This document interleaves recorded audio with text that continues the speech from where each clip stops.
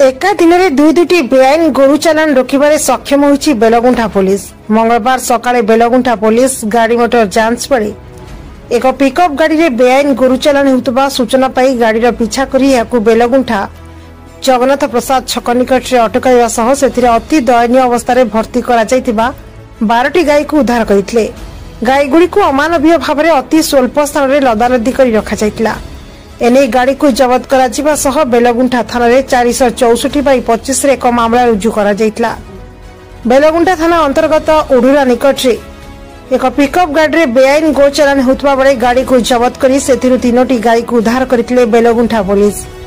एने बेलगुंठा थाना रे मामला रुजु करा जाय घटनार अधिक तदंत करा जाउतबा बेलगुंठा थाना अधिकारी सूचना दैछंती। बेलगुंठा पुलिस रे एभली कार्यक्रम को अंचल पशुप्रेमी उच्च प्रशंसा करिसंती। बेलगुंठारू शिवराम चौधरी को रिपोर्ट, श्री न्यूज।